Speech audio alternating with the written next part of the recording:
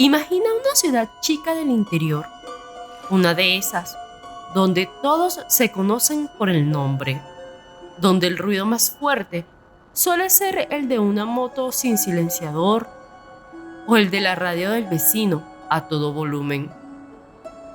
Ahora, imagina que un domingo en la mañana, en esa misma ciudad, alguien deja el cuerpo de un niño con signos de extremo maltrato al lado de las vías del tren, a menos de 100 metros de la terminal, en plena zona de paso obligado.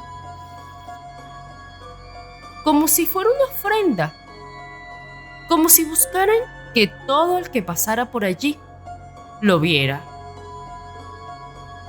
Esa ciudad se llama Mercedes y queda en la provincia de Corrientes, donde en el año 2006 ocurrió lo impensable con un niño que para casi todo el mundo no era Ramón Ignacio González, era Ramoncito o Moná.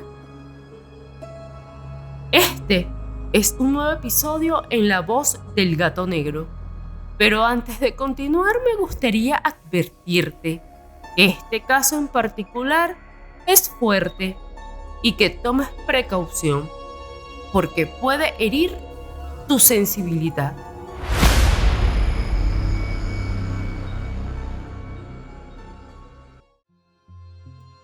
Algunos dicen que los gatos negros ven lo que el resto no puede, que sus ojos reflejan los abismos y que su voz es un puente entre mundos. Esto es La Voz del Gato Negro, el lugar donde las historias paranormales cobran vida a través de Dani, Maggie y Etna. A las 4 de la tarde del 6 de octubre de 2006, la ciudad de Mercedes, de la Argentina, estaba envuelta en ese calor húmedo que hace que la ropa se te pegue al cuerpo. Ese día, como cualquier otro, Ramón Ignacio González, Ramoncito, un niño de 11 años, con la mirada vivaz y los bolsillos siempre llenos de estampitas para vender, salió de su casa rumbo a la escuela, pero nunca llegó de vuelta. Era un niño que conocía la calle mejor que muchos adultos. La terminal de autobuses era el lugar donde trabajaba. Ahí pedía monedas, vendía estampitas, charlaba con otros chicos que, como él, sobrevivían entre colectivos y transportes viejos. Lo conocían todos y quizás por eso el golpe fue más duro cuando empezó a correr el rumor de que ese viernes Ramoncito no había regresado a casa. Su madre fue la primera en sentir que algo no estaba bien. Preguntó en la terminal, en la escuela y entre los vecinos. Las respuestas eran vagas e inconsistentes. Algunos lo habían visto cerca de la avenida principal. Otros dijeron que lo habían visto correr entre las vías y otros fueron más directos. Dijeron que no lo habían visto. La denuncia se hizo a última hora de la tarde y para ese entonces ya los lugareños estaban hablando en murmullos que el niño había desaparecido. El sábado, por su parte, pasó lento y confuso. La policía manejó hipótesis rápidas y equivocadas. Que Ramoncito había tenido problemas con chicos más grandes, que estaba involucrado en entregas de mercadería ilegal, que se había quedado con un vuelto y que seguro aparece.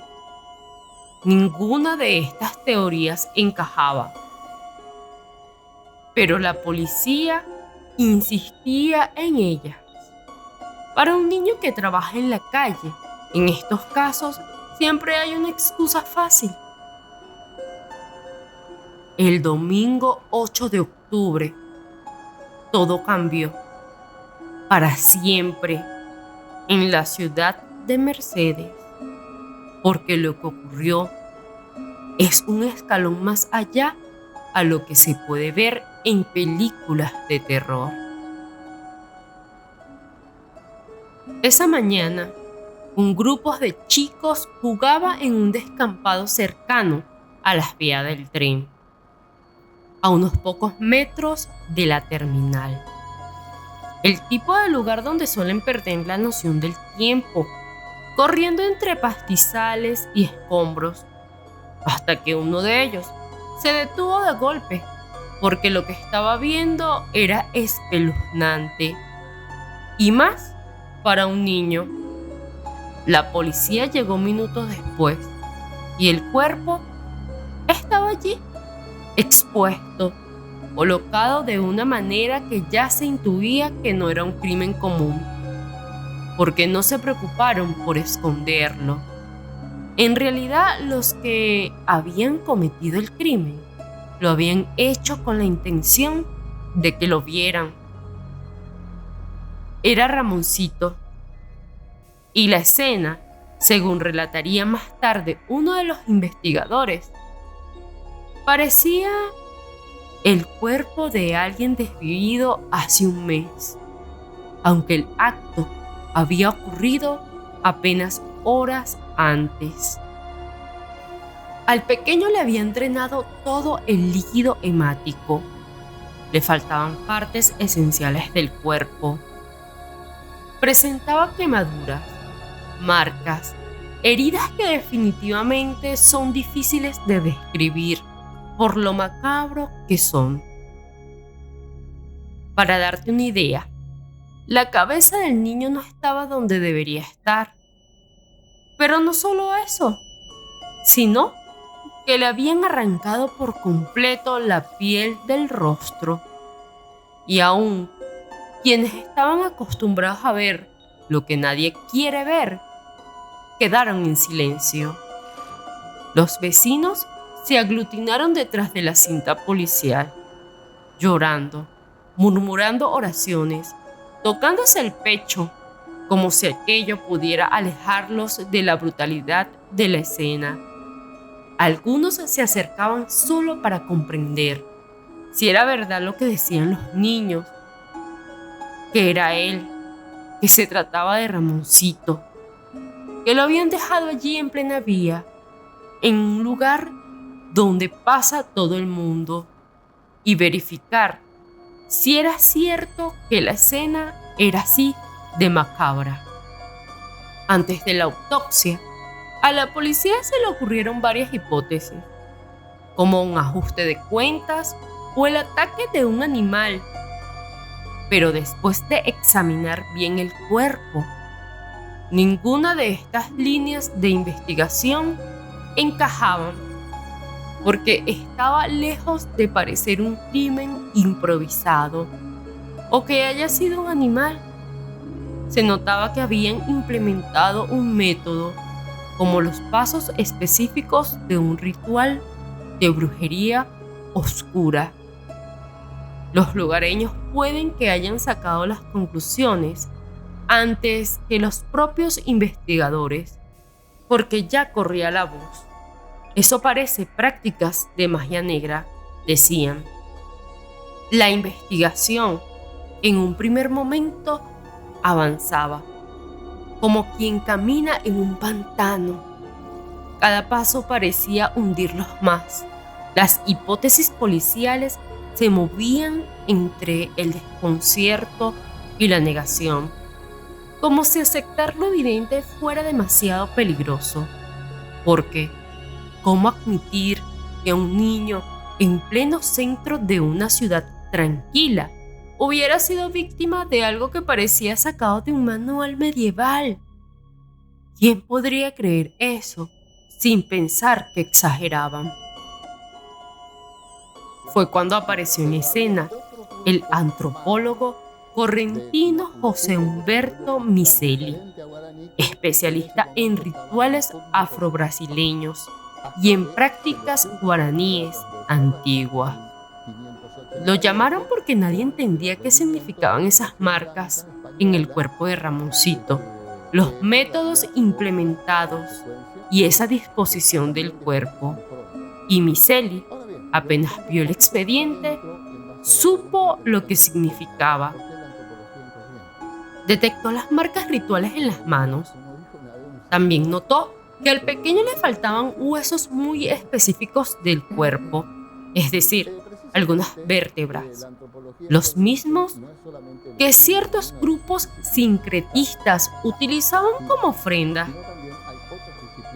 Observó que el cuerpo había sido drenado casi por completo de su líquido vital, algo que no ocurre de manera espontánea ni accidental, y también se detuvo en la orientación exacta en la que dispusieron el cuerpo del pequeño, acomodado hacia ciertos puntos cardinales, que no eran casuales.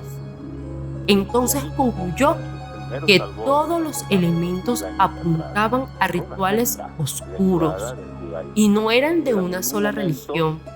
El acto se había cometido por una secta que fusionaba prácticas satánicas, creencias afrobrasileñas, ubanda y kibanda, y cultos guaraníes dedicados al Señor de la Muerte.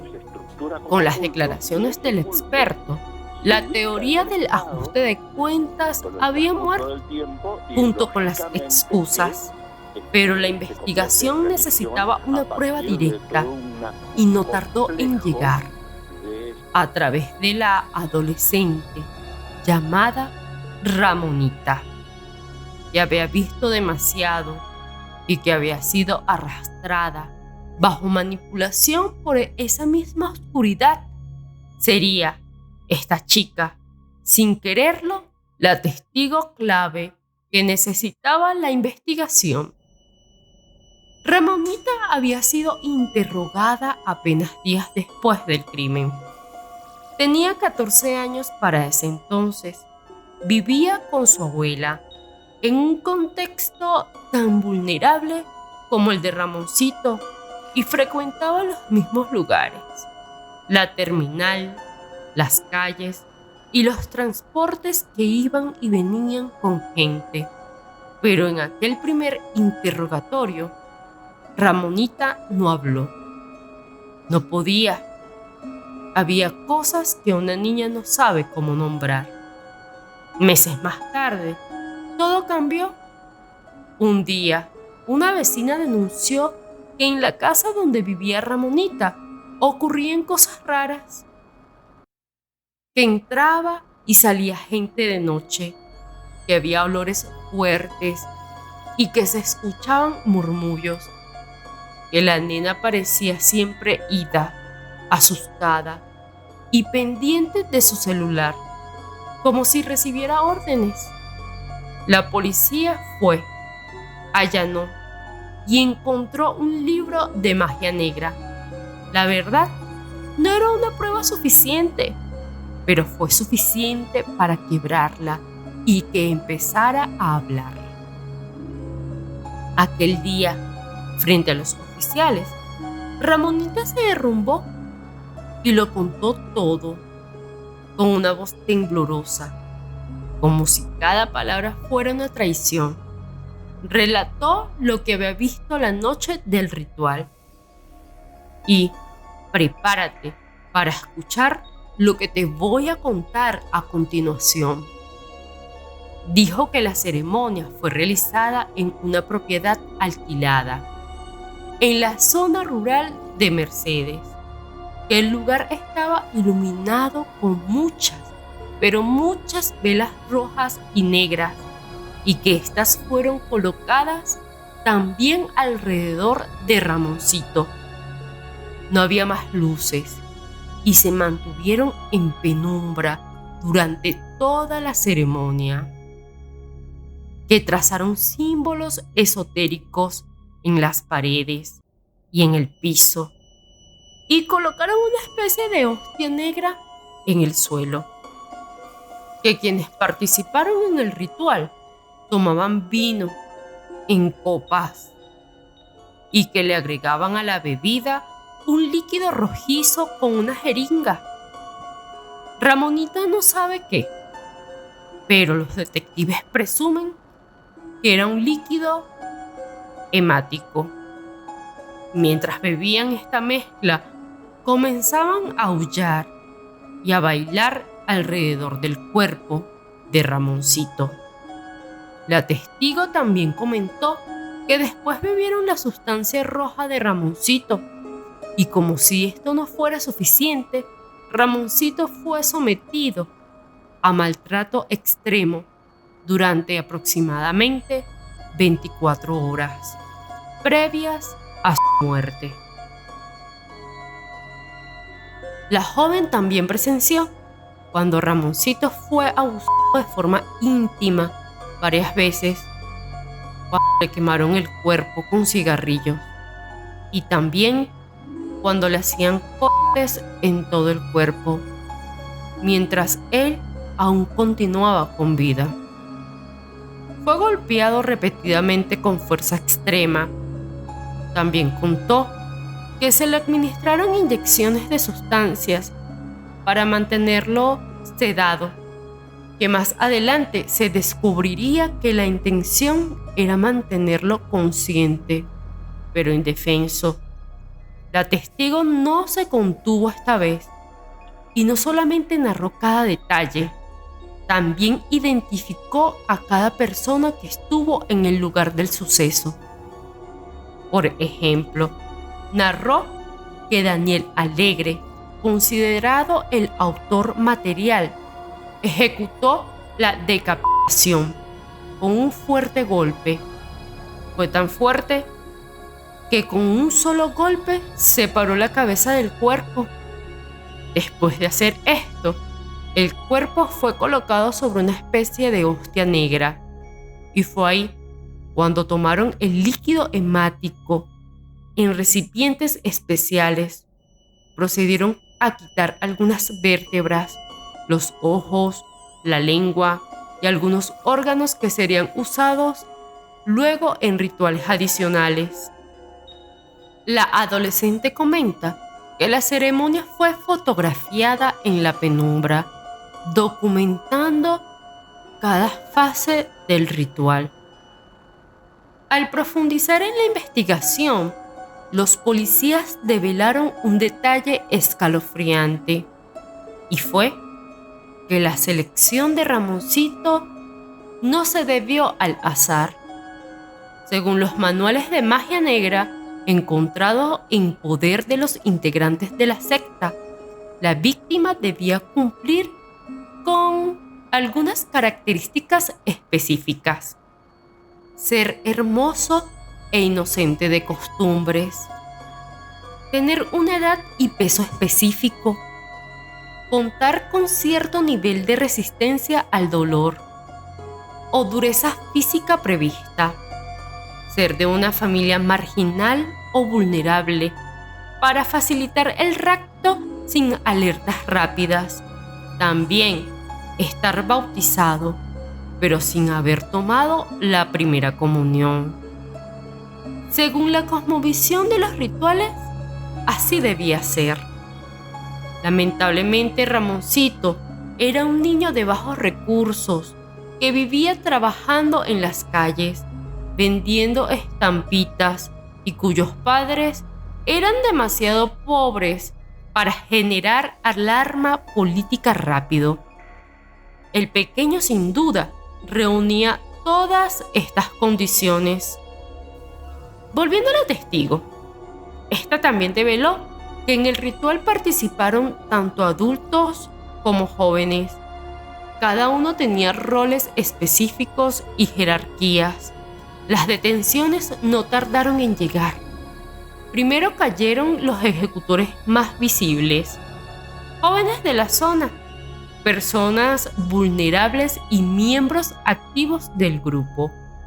Luego, las dos mujeres, líderes del clan, las consideradas sacerdotisas Ana María Sánchez y Yolanda Martina Ventura, que según los fiscales manejaban la estructura ritual, reclutaban menores, organizaban citas, preparaban los espacios y aportaban una mezcla peligrosa de manipulación psicológica y creencias distorsionadas.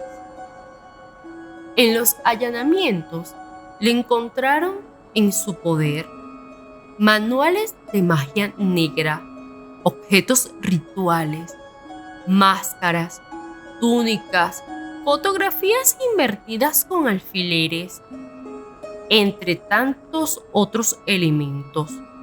También se encontraron una lista de nombres de niños junto a precios. El juicio fue uno de los más extensos de la provincia.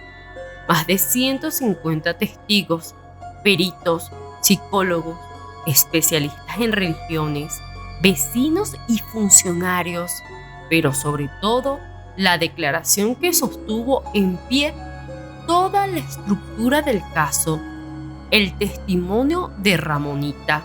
Gracias a ella, 9 personas recibieron prisión perpetua. Años después, cuando atraparon al prófugo Daniel Alegre, el autor material fue condenado también, aunque la enfermera Patricia Mabel López, conocida como Patila, logró escapar en 2012 tras su condena.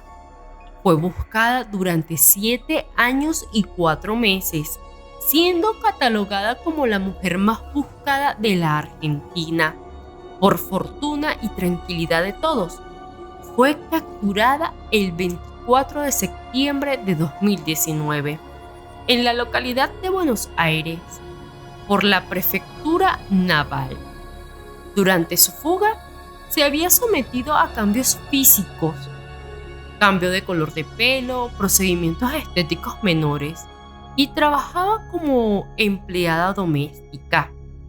Según investigaciones posteriores, en particular el trabajo del periodista Leonardo Gentile, quien publicó el libro Satán de los Esteros, Crónicas de un crimen ritual, en 2023, existen indicios de que el crimen fue cuidadosamente planificado y financiado por una red más amplia que incluía empresarios y políticos locales.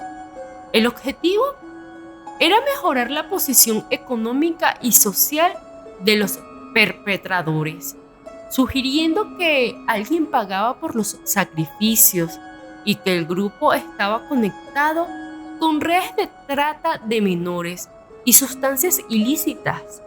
Al final, el caso de Ramoncito deja un sabor muy amargo en la boca, porque los que ejecutaron el ritual están presos, pero los que lo ordenaron siguen libres. El nené que vendía estampitas, el chico flaco que corría entre los autobuses y carros de la terminal para esconderse y jugar, terminó siendo la ofrenda de un plan que nació mucho más arriba de lo que el expediente policial se atreve a nombrar. Y bien, así hemos llegado al final de esta historia. Si quieres que sigamos contando casos donde la verdad se esconde detrás de lo que nadie quiere mirar, suscríbete a La Voz del Gato Negro. Acá no le tenemos miedo a la oscuridad.